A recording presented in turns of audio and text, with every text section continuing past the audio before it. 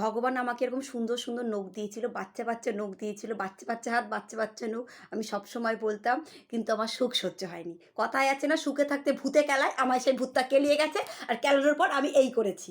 সকাল থেকে আমি ভালো ছিলাম, কিন্তু দুপুরে আমি জানি না কোন ভূত আমায় কেলিয়ে গেছে যে আমি এইটা করেছি। এইটা করার পর সাড়ে সর্বনাশ নিজের মাথায় দেখেছি। আমি কোনো কাজই করতে পারছি না, কোনো কাজ করতে পারছি না। আমি সামান্য এই কানেরটুকু ধরে খুলতে পারছি না। আমি কাজল পরতে পারছি না, কারণ কাজল পরলে আমার ভয় করছে যে আমার হাতে গুঁতে যাবে। এই নখটা আমার চোখে গুঁতে যাবে, তারপর আমার কী হবে? আর এটা কিন্তু আসল না, এটা এই দোকানে কিনতে পাওয়া যায় ওই নখগুলো আমি আঠা দিয়ে লাগিয়ে দিয়েছি। তারপর ভেবেছিলাম যে উঠে যাবে, কিন্তু এই তো মাল উঠছেই না। কী না আঠা দিয়ে আমি লাগিয়েছি, মাল উঠছেই না। আমার কবে উঠবে আমি বুঝতেও পারছি না। আমি কোনো কাজ করতে পারছি না। আর কাজ না করতে পারলে আমার মা তো আমার ১২টা বাজিয়ে দেবে, এমনিতে ১২টা বেজে আছে। আমি একটা কাজ ভালো করে করতে পারছি, সেটা হচ্ছে এই যে এই কাজটা আমি সবথেকে ভালো করে করতে পারছি। তাই যদি কারোর এরকম চুলকানি রোগ থাকে, সে আমার সাথে কনট্যাক্ট করো।